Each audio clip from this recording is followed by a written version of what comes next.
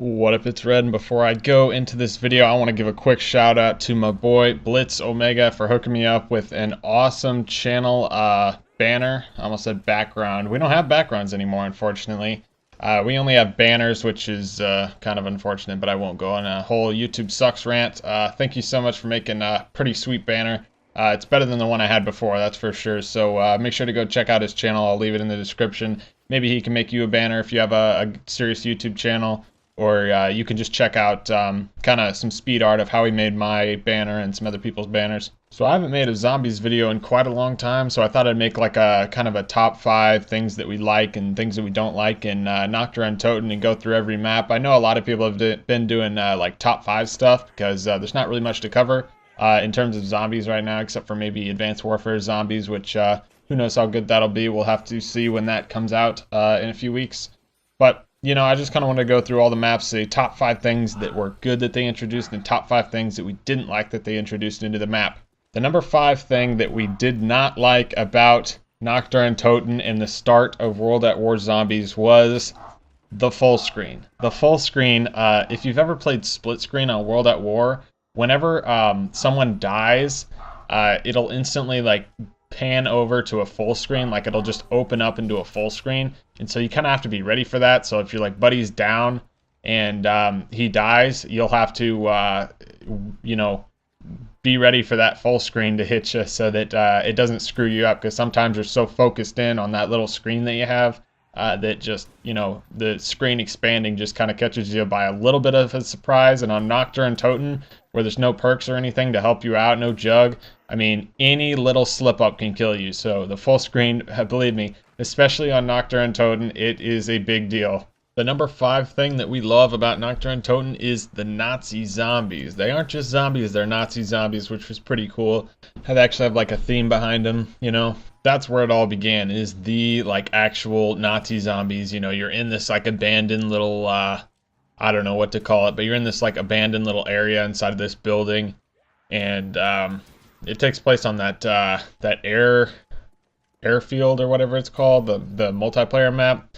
And that was a pretty cool area to be in. It was very small, but it was just a really cool, like creepy, like little area that you were in, and you were fighting off these Nazis who turned into zombies. And now it's just you know, you're fighting off like all these Westerners on Buried, and all these Islanders on Shangri-La, moon zombies, and everything else that they can think of, which isn't bad, but I really do like the classic Nazi zombies feel. The number 4 thing that we dislike is the bad window knifing. Like in World at War, this wasn't really too much of a problem in Black Ops 1 or Black Ops 2. It was actually, for the most part, pretty good in Black Ops 1 and 2.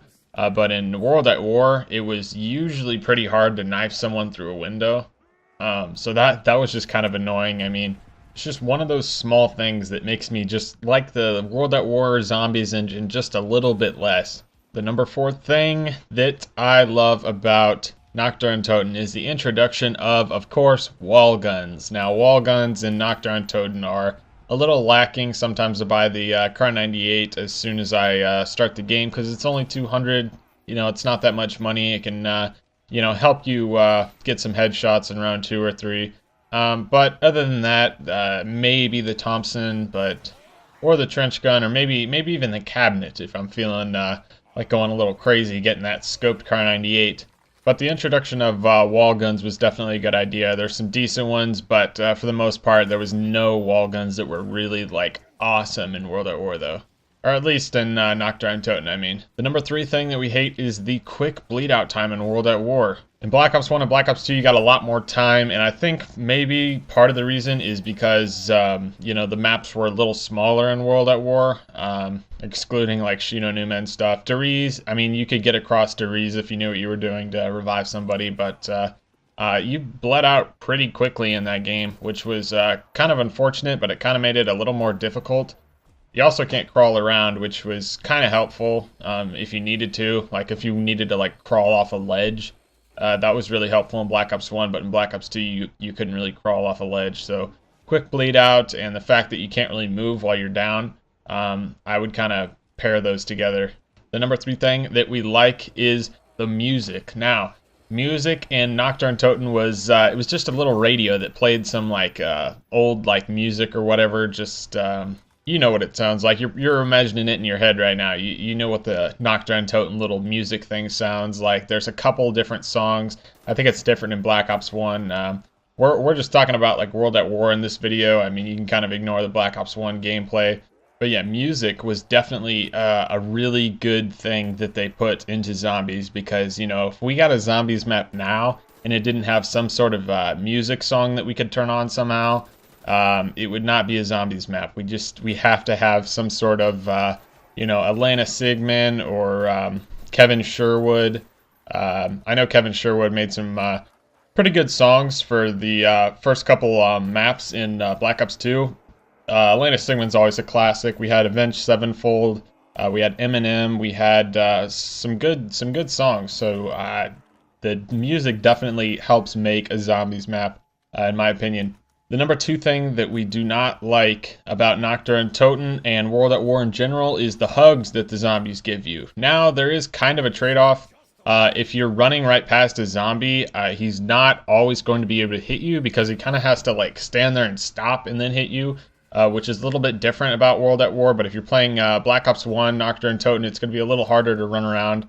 In World at War, you could kind of get away with running around just because of this factor, but you could still get hit sometimes while running past the zombies, especially if there's a big group of them. You're guaranteed to get hit by at least one of them.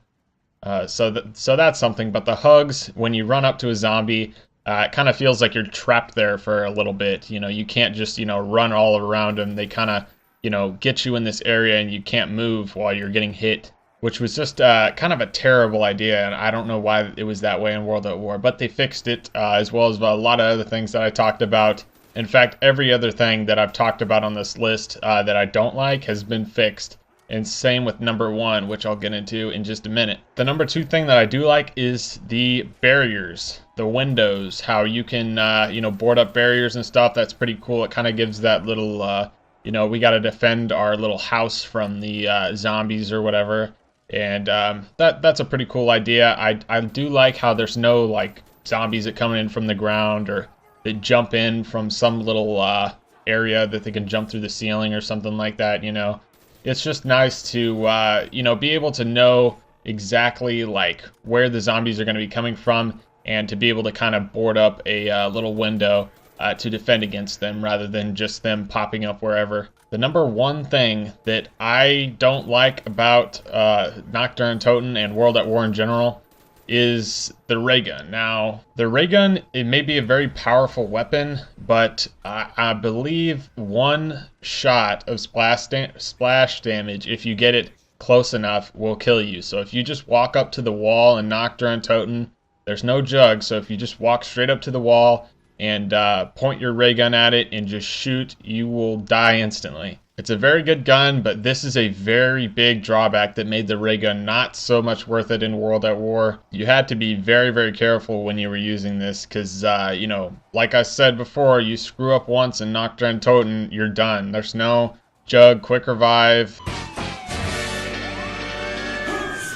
Nothing. You make 1 wrong turn, you make 1 wrong ray gun shot, and you are done. Now, I do have some sort of honorable mentions before we get to the number 1, which I'm sure you guys can probably guess what the number 1 best thing about Nacht Der Untoten was. But some honorable mentions was the gun glitch.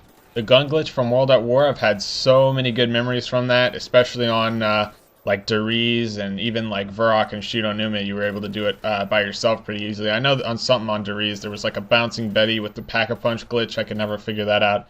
But usually we did it to where either you could do the little like getting down thing and then reviving 2 people at the same time or something like that.